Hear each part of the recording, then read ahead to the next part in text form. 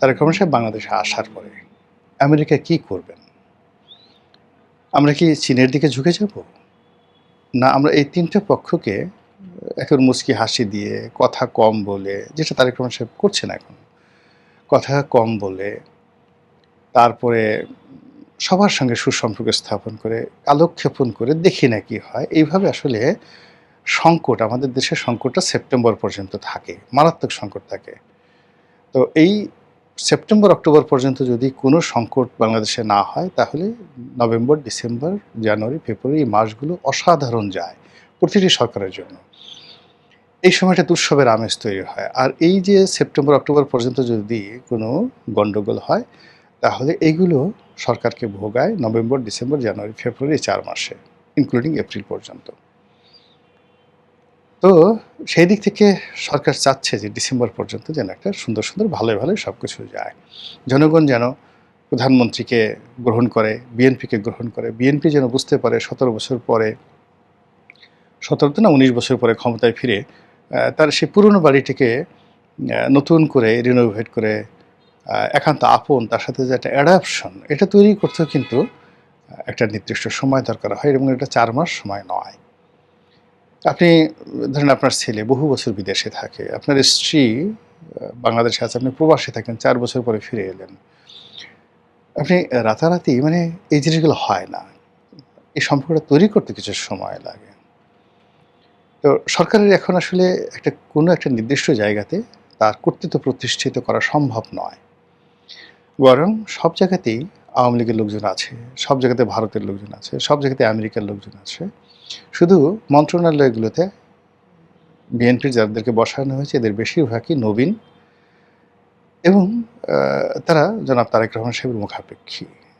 তাকে বুদ্ধি দিবেন, তাকে পরামর্শ দিবেন, এরকম লোক নেই মন্ত্রিপরিষদে। যারা আছেন, হুজুর যাহা বলিবেন তাহাই সত্য, যাহা দিবেন তাহাই খাইব, হাসিতে বলিলে হাসিব, নাচিতে বলিলে নাচিব, কিন্তু হুজুর দয়া করে তাড়িয়ে দেবেন না গো, এরকম প্রকৃতির মানুষ। তো সেই অবস্থাতে আমরা যারা সাধারণ মানুষ আছি, আমরা মনে করি আমেরিকার সাথে এই যে এখন সরকারের যে অবস্থা যাচ্ছে, এটার জন্য চীনকে ভারসাম্য হিসেবে আনা যায়। কিন্তু চীনের উপর নির্ভর করে আমেরিকার সাথে কোনো অবস্থাতেই কন্ট্রাডিকশন এবং কনফ্লিক্টে যাওয়া যাবে না। এমনকি তাদের সাথে যদি আমাদের যে এক্সপোর্ট আছে, আমরা যদি পুরো ইউরোপে এবং আমেরিকাতে এক্সপোর্ট না করি, কোনো এক্সপোর্ট করব না, তবুও আমাদের কোনো সমস্যা হবে না। কিন্তু আমাদের পুরো ব্যাংকিং কার্যক্রম, ডলার নির্ভরতা, আমাদের গোল্ড মার্কেট, আমাদের আমদানি বাণিজ্য সব জায়গাতে মানে এমন যাকে বলা হয় জাহান্নামের গজব তারা শুরু করে দিতে পারে আমেরিকা। তা নর্থ কোরিয়াতে গেলে বুঝতে পারবেন, ইসরায়েল মানে ইরানে গেলে বুঝতে পারবেন যে মার্কিন নিষেধাজ্ঞার ধকল, ইয়ামেনে গেলে বুঝতে পারবেন যে কি নির্মম সেখানে চলছে। তো কাজেই আমেরিকার সঙ্গে আমাদের আসলে পাঙ্গা নেওয়া যাবে না। আমেরিকা এবং ইসরায়েল সুযোগ খুঁজছে। এমনকি যেটা বলা হয়ে থাকে যে পেন্টাগন নিজেরা লোক দিয়ে, নিজেদের লোক ভাড়া করে আফগানিস্তানে একটা যুদ্ধ করার জন্য তারাই টুইন টাওয়ার ভেঙে ফেলেছে। ইসরায়েল অনেক সময় নিজেদের ভূমিতে নিজের আক্রমণ চালিয়ে তারা হামাসকে ধ্বংস করতে চেয়েছে।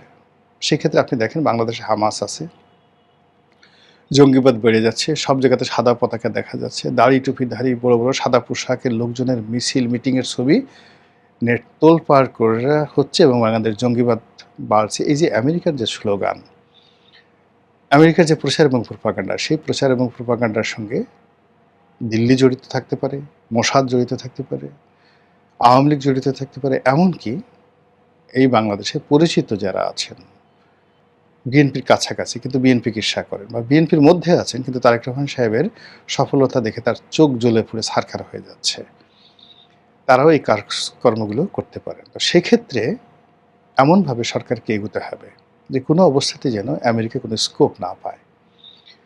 আমেরিকাকে সেই স্কোপ দেওয়াটা আমাদের কোনো অবস্থাতে বুদ্ধিমানের কাজ হবে না। মহান আল্লাহ আমাদের সবাইকে হেদায়েত দান করুন, হেফাজত করুন। আসসালামু আলাইকুম ওয়া রাহমাতুল্লাহি ওয়া বারাকাতুহু।